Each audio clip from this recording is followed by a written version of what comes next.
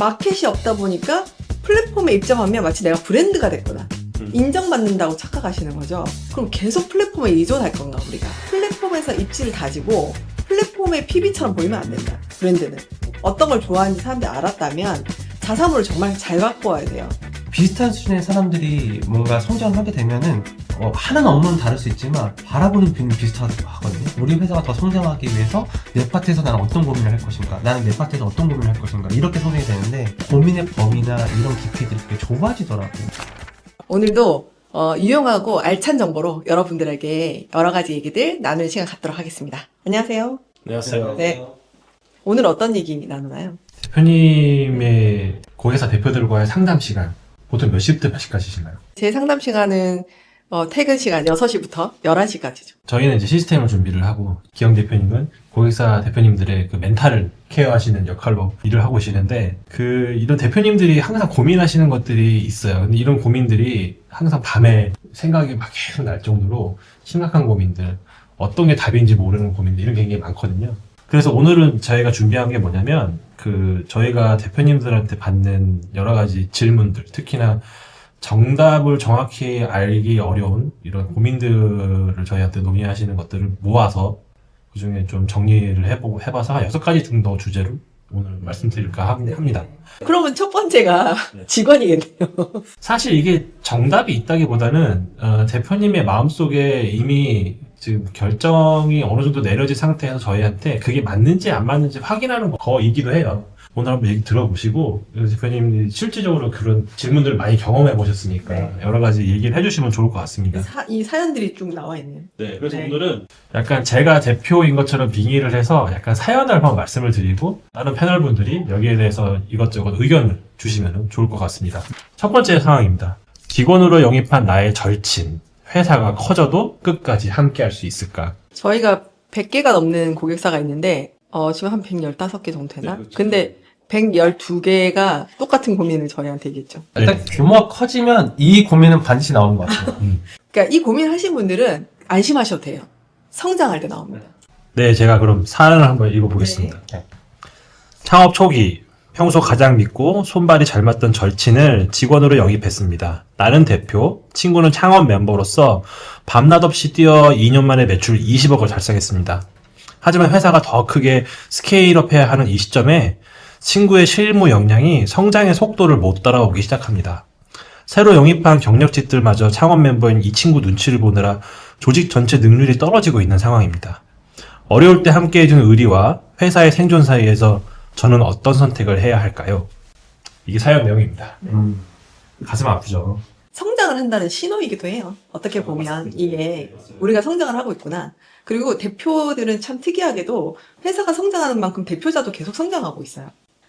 예, 그리고 직원들도 물론 열심히 했을 겁니다. 근데 대표는 성장하는 방법이 이 스펙트럼이 늘어난다고 해야 될까요? 여러 분야를 같이 성장을 하는데 창립 멤버는 이분도 뭐 예를 들어서 한 사람이 하는 직무를 여러 명이 하는 만큼 열심히 하시긴 하겠지만 주요 업무가 있을 거예요. 그죠? 그러니까 그 직무를 이제 계속해서 대표만큼 성장하지는 못하죠. 그래서 진짜 제가 아까 전화 11시, 12시, 1시 이럴 때 받는 전화 중에 대다수가 내 친구하고 어떻게 해야 되죠? 왜냐면 너무 좋은 사람이고 나한테 도움을 줬던 건 명확한데 지금에서는 이 사람 때문에 계속 정체된다. 그리고 나한테 가장 큰 골칫거리다. 맞아. 나한테 가장 소중했던 사람이 지금 나한테 가장 큰 골칫거리가 됐다는 얘기 많이 하거든요. 가족인 경우도 있습니다. 가족인 경우는 더 힘들죠. 네, 가족인 경우도 있습니다. 그러니까 방금 말씀드린 것처럼 대표가 성장하는 속도보다는 직원들은 느리게 되어 있어요. 반대로 좀 이런 측면에서는 한번 좀 고민을 해볼 법한 게 몇 가지가 있을 텐데 저도 이제 얘기를 나누다 보면 근데 그게 있어요. 대표님께서 정서적인 안정감을 느끼는 경우들이 있으시더라고요. 실제로 창업 초기 힘들 때부터 나와 같이 동거동락하면서 이 브랜드를 키워갔는데 이거 관련해서 그냥 단순히 지금 어떻게 보면은 못 따라오는 게 아니라 아직 좀 속도가 느린 게 아닐까? 실제로 나랑 같이 이제 성장할 수 있는 친구인데 일단 내가 먼저 빨리 성장했고 이 친구가 이제 조금만 더 노력을 하면은 나와 같은 어떤 수준에서 다시 한번 우리가 처음에 으쌰으쌰 했던 것처럼 같이 잘할 수 있지 않을까? 그러면 난 너무 좋을 것 같은데 이런 고민들도 많이 하시거든요. 근데 제가 유형을 좀 나눠보면 두 가지 유형이 있어요. 그러니까 그 초기에 멤버가 친구인 경우라던가 친한 사람들하고 멤버 구성을 했을 때 성공적인 케이스와 성공적이지 못한 케이스가 있어요.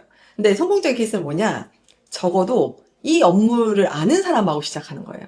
예를 들면 패션스쿨을 다니거나 같은 학과라거나 옷에 관심이 같이 있었다거나 공통점이 옷이라던가 우리 패션 브랜드 같은 경우에 그러면 적어도 우리 학교에서 같이 동기였던 친구랑 시작하면 이런 어려움은 좀 덜해요. 그럴 수 있어요. 근데 사업을 시작하고 나는 패션 브랜드를 하는데 옆에 친한 친구들은 이거랑 전혀 무관한 거였어요. 근데 이 친구가 숫자를 좀 잘 다루고 꼼꼼한 성격이야. 예를 들어서 대외적이고 되게 성격이 좋아. 그러면 생산. 뭐 이런 식으로 아예 직무하고 상관없는 친구들이었을 때 이 문제가 생기거든요. 지금 저희 주제가 어떻게 이 친구를 끌고 갈까요 말까요 라고 하면 어찌됐건 이 회사에서 어느 정도 기간 동안 어떤 업무를 했잖아요. 근데 그 일이 더 디벨롭이 안 돼서 이 사람을 가르쳐 주거나 이 사람 대체하는 누군가를 뽑아야 된다고 하면 이거는 좋은 사람을 뽑아야 되는 게 맞아요. 실제 이런 네. 고민을 좀 더 요약을 좀 세분화해 보자면 이런 게 있어요. 조직이 커지면은 제 직원이, 그러니까 제 창업 멤버인 제 친구가 맡았던 역할이 있잖아요. 그럼 이 역할이 한 사람만 할 수 있었던 역할이 이제는 조직이 한 팀을 이루어서 역할을 수행해야 될 때가 있어요. 예를 들면 뭐 마케팅 팀이나 영업팀이나 하면은 이 사람이 팀장이 돼야 되거든요. 혼자서 영업은 잘하고 마케팅은 잘하는데 팀원들을 이제 데리고 이 일을 하는 거는 좀 성격이 다르잖아요. 리더십도 있어야 되고 혼자서 하다가. 네. 신입이나 이런 직원들을 이제 교육도 시켜야 되는데 이런 역량은 없는 거죠. 네. 이런 부분에 있으면은 혼자 일은 잘하지만은 팀장으로서는 못하는 경우. 마케팅을 했던 사람이 경력이 있던 사람이 여기 들어온 게 아니기 때문에 마케팅을 했던 사람이야. 근데 이 회사가 처음이야. 근데 위에 사수가 없었어. 누가 가르쳐 주는 게 없어요. 그렇지. 그래서 혼자서 계속 했던 거죠. 근데 우리 회사는 성장을 하고 있어. 그러니까 팀도 들어와야 되고 이 사람보다 경력이 있었던 사람도 들어오게 돼요. 이 회사에서는 이제 오랫동안 일했기 때문에 팀장급이 돼야 되는데 실력은 팀장급이 안 되는 거죠. 그러니까 그런 문제가 계속 생기거든요. 그럼 말에서도 나왔듯이 그때 결단을 내려야 되죠. 제가 대표님들 이렇게 쭉 듣다 보니까 갑자기 드는 생각인데, 실제로, 어떻게 보면 동업자인지, 아니면은 창립 멤버인지, 아니면은, 이것도 좀 약간 미묘한 차이인데 좀 워딩이 다르긴 하거든요. 실제 동업자, 아까 대표님께서 얘기하셨던 것처럼 비슷한 수준의 사람들이 뭔가 성장을 하게 되면은, 하는 업무는 다를 수 있지만, 바라보는 뷰는 비슷하거든요. 우리 회사가 더 성장하기 위해서 내 파트에서 나는 어떤 고민을 할 것인가, 나는 내 파트에서 어떤 고민을 할 것인가, 이렇게 성장이 되는데, 뭔가 약간 창립 멤버로서, 그냥, 회사가 커지는 과정 중에서 나는 이 회사가 더 커지기 위해서 이런 고민들을 하고 있는데, 이 다른 멤버 같은 경우에는 나 이 업무를 어떻게 수행하지? 이거 업무가 커졌는데 이걸 내가 이걸 어떻게 뭔가 잘 마무리 짓지? 약간 고민의 범위나 이런 깊이들이 되게 좁아지더라고요. 네. 그래서 이거는 어떻게 보면 이 사람 이 회사에 좀 도움이 안 되는 것 같고 성장하지 못하는데 어떻게 했으면 좋겠냐라고 하면 저는 그냥 바로 얘기합니다. 포지셔닝을 바꾸거나 해고의 수순을 밟아야 되지 않나. 솔직하게 얘기하고. 걸림돌이 되는데 쭉 이어가기에는 되게 힘들거든요. 근데 첫 번째는 이 사람의 직무의 포지셔닝을 바꿔주는 게 최선이 아닐까라고 생각을 합니다. 앞서 말한 것처럼 이런 오류를 줄이고자 이제 저희가 이런 주제들을 구했잖아요. 내가 처음에 멤버를 구성을 할 때 이 일의 직무의 유사성과 비슷한 사람들을 데리고 와야 돼요. 디자인 업무는 뭐 디자인과를 나오거나 아니면 디자인 정말 잘하는 친구가 있다거나 데리고 오면 되는 거고, 그 다음에 뭐 마케팅도 마케팅 해본 사람 데리고 와야 돼요. 마케팅을 안 해봤는데 감이 있다고 데리고 왔어. 지금은 잘하는 것 같아 보여. 근데 회사가 성장을 해. 그럼 이 사람이 하는 게 마음에 들지 않아요. 이건 대표자가 감수해야 되는 부분인 거고 본인도 인지해야 되는 부분이에요. 난 마케팅 전공이 아니었기 때문에 이런 것들에 대해서 끊임없이 얘기를 나누면서 성장을 하면, 그럼 요 정도 했을 때 정말 잘하는 사람이 오면 우리 마케팅 방향성 이 사람이 잡았기 때문에 끌고 갈 수가 있어요.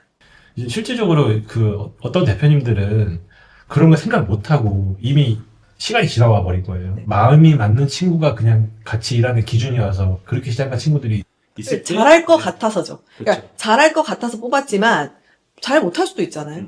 그리고 그 업무를 안 해봤던 사람이니까. 그러니까 제가 이제 고민을 하고 막 괴로워하시거든요.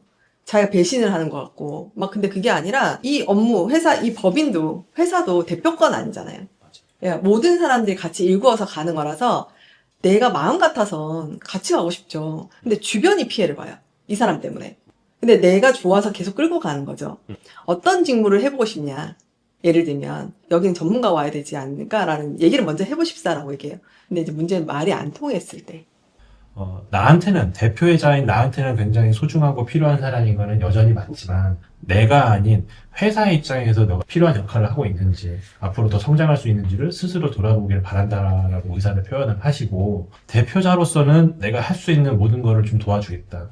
보직을 전환한다든지, 새롭게 뭔가 하고 싶다든지, 아니면 자기 개발을 한다든지, 이런 기회는 대표자님들이 해주시고 싶은 만큼 해주실 수 있고, 객관적으로 이 두 개를 분리를 해서 얘기를 하시면, 그나마 좀 창업 멤버의 친구분하고 원만하게 얘기를 하실 수 있지 않을까, 이런 생각이 좀 듭니다. 밸류체인에서 많이 일어나잖아요. 솔직히 저는 이거에 대해서 해결책은 되게 명확하거든요. 그러니까 뭐냐면 플레이어로서 정말 좋았던 멤버였던 거예요. 근데 이 사람이 회사 규모가 커지고 당연히 직원들도 늘어나다 보니까 관리자 업무를 시키려고 하는 과정 중에서 이 사람이 실제로 성향이나 어떤 직무 능력 자체는 플레이어로서는 너무 좋지만 관리자로서는 안 좋다는 걸 아까 서두에 말씀드렸잖아요. 그냥 그걸 인정하고 플레이어로서 잘할 수 있게끔 또 얘기를 하면 같이 갈 수는 있습니다. 근데 사람 욕심이라는 게 내가 오래 했는데 플레이어가 아니라 관리자도 하고 싶고 임원으로서의 어떤 의견을 개진하고 싶어 하다 보니까 거기서 나오는 어떤 괴리감이라든지 어떤 역할에서 오는 이런 괴리감 때문에 아무래도 문제가 발생하지 않나 이 생각이 들어요. 그래서 저도 밸류체인을 할 때 실제로 이분의 성향이나 어떤 인터뷰를 통해서 아레나를 넓히는 경우도 있고 축소시키는 경우도 있고 이런 식으로 조금 약간 조정을 하면은 그래도 조금 무난하게 흘러가는 경우도 있긴 있더라고요. 창업 멤버가 대표자한테 소중한 사람인 건 맞지만 회사에서는 아닐 수 있다라는 거를 충분히 인식시켜줘야 드려야 되고, 이거를 위해서 약간 회사와 대표를 별개로 대화를 전개해 나가시는 게 저는 좋다고 봅니다. 다음 주제 한번 가보겠습니다. 주제의 제목은 플랫폼 입점으로 매출은 느는데 남는 게 없는 이 현실 맞는 걸까? 사연 한번 읽어보겠습니다. 우리 브랜드가 드디어 대형 패션 플랫폼에서 알려지면서 매출이 부쩍 올랐습니다. 실상은 좀 다릅니다. 높은 수수료에 할인 쿠폰 비용까지 부담하고 나면 정작 팔아도 남는 게 없어요. 게다가 우리 옷을 사는 고객이 누군지 데이터도 알 수 없고, 플랫폼 로직이 바뀌면 언제 또 매출이 줄어들까 전전긍긍합니다. 지금 당장의 매출을 위해 플랫폼 비중을 계속 더 늘려야 할까요? 아니면 감소하고라도 자사몰 비중을 늘리도록 노력해야 할까요? 우리 브랜드가 마진을 포기하고 알리는 위주로 가고 싶어서 어떤 플랫폼을 이용했다 라고 하면 나쁘지 않다고 저는 봐요. 플랫폼에 의존한다는 또 다른 문제거든요. 만약에 내가 생산 라인을 꽉 잡고 있고 뭐 중국 공장이라던가 그다음에 마진율이 높은 생산 체계를 갖추고 있을 때는 어디로 올라가도 괜찮습니다. 어떤 플랫폼에. 근데 그렇지 않고 빠듯빠듯한 마진 구조를 설계를 하고 플랫폼을 올린다? 그러면 플랫폼의 높은 수수료가 문제가 아니라 우리가 잘못한 거죠. 예. 플랫폼은 여러 가지 순기능도 제공을 하고 역기능은 우리가 잘못해서 설계해서 만드는 거지, 여기는 그들의 순기능을 할 뿐이에요. 정리하자면 순기능은 적극적으로 활용하고 역기능에 대해서는 최대한 예방하는 식으로 해서 약간 여우처럼 하는 게 제일 베스트이긴 한데, 네. 마케팅이라는 개념 자체가 내 제품이 얼마나 좋은지 알리는 비용이라고 보시면, 그 플랫폼에 지급하는 수수료가 우리 브랜드를 알리는 비용이라고 생각할 수도 있거든요. 사실 효율이 좋고 효과가 좋은 마케팅 수단이 될 수도 있어요. 우리 고객사 중에 자사몰입 비중이 엄청 높은 업체가 있는데 저한테 뭔가 이런저런 고민을 하시다가 그 얘기를 하셨어요. 플래그십 스토어를 하나 더 낼까? 혹은 아니면은 어떤 대형 유통 플랫폼 오프라인 매장을 낼까? 그래서 왜 고민하시냐? 뭐 우리 정도의 브랜드력을 갖고 있으면 당연히 플래그십 스토어 내는 게 더 좋지 않냐 말씀을 드렸는데, 대표님께서 여기에 인건비, 추가 채용해야 되는 인건비와 임차료와 보증금과 인테리어 비용과 우리 정도의 브랜드력을 갖췄을 때 어떤 쇼핑몰에 들어갔을 때 나는 한 수수료를 딱 비교해 봤었을 때 이 정도 매출액이면 이게 훨씬 더 나한테 리스크가 없고 효과적일 것 같다. 이 얘기를 또 하시더라고요. 네. 저는 단순하게 이 정도 브랜드 파워가 있으면은 당연히 자사몰 해야지 이 생각을 저도 모르게 생각을 하고 있었던 것 같아요. 근데 대표님이 딱 그 관점 딱 드는 순간 이거는 정말 전략적으로 우리가 생각을 해봐야겠다 이 생각이 정말 많이 들더라고요. 맞죠. 왜냐면 이 브랜드 같은 경우에는 우리 이제 요렇게 생각하시는 브랜드 대표님이 좀 요즘 들어서 많이 늘어났잖아요. 그 성장을 많이 하셨으니까. 그리고 브랜딩이 확고하니까. 맞아요. 이 사람들이 이 플랫폼에서 우리 브랜드를 듣는 게 아니라 우리 브랜드를 인지한 상태에서 그 플랫폼에 있으면 산다는 거죠. 그러니까 매출을 훨씬 더 뛰겠죠. 구조적으로 안전하다. 그럴 경우에. 근데 그래 봐야 우리 고객사 중에 그 플랫폼에 올라가도 안정적인 매출을 하시는 분들이 플랫폼 비중이 30%가 안 돼요. 거의 자사몰 비중이 압도적으로 많고, 20에서 30%, 10% 요런 걸로 플랫폼 올라가시잖아요. 근데 그런 브랜드들은 이미 자기 플레이를 잘했기 때문에 그거를 마케팅 수단이라던가 비용 관리하는 관점에서는 되게 좋으실 것 같아요. 근데 이제 주로 전화 오거나 문의를 하시는 분들은 마켓이 없다 보니까 플랫폼에 입점하면 마치 내가 브랜드가 됐구나. 인정받는다고 착각하시는 거죠. 그럼 계속 플랫폼에 의존할 건가, 우리가? 플랫폼에서 입지를 다지고 플랫폼의 PB처럼 보이면 안 된다. 브랜드는. 자기 브랜드를 다 구축을 한 다음에 어떤 걸 좋아하는지 사람들이 알았다면 자사모를 정말 잘 갖고 와야 돼요. 신규 브랜드들이 처음에 만약 90대 1이다. 플랫폼이 90이고 홈페이지가 10이다. 라고 하면 적어도 계속해서 매년 고생을 좀 하시고 노력을 하셔서 적어도 5대5 정도로 맞춰야 된다. 이래서 6대4로 이렇게 올려야 된다. 이런 거죠. 한쪽에만 의존하면 안 된다. 대부분의 스타트업, 패션 스타트업 대표님들은 투자 유치나 엑시트를 하고 싶어 하셔요. 근데 이제 예를 들어서 근데 모든 사람이 이 목표가 있는 건 아니니까 어떤 분들은 매출 파일을 늘려서 내가 이걸 사업을 계속 지속하고 싶다라고 하면 수익을 확보한 다음에 플랫폼에 마켓을 하면 그 사람들을 고용하는 것도 그렇고 좀 라인이 좁아지잖아요. 그럼 훨씬 더 수월하게 사업을 할 수가 있다. 플랫폼은 확성기로 쓰시는 거죠. 그러니까 내 브랜드를 알리는 확성기로 쓰시는 거고, 자사몰은 내 팬들, 내 브랜드의 팬덤 형성을 위해서 아지트로 만드셔라.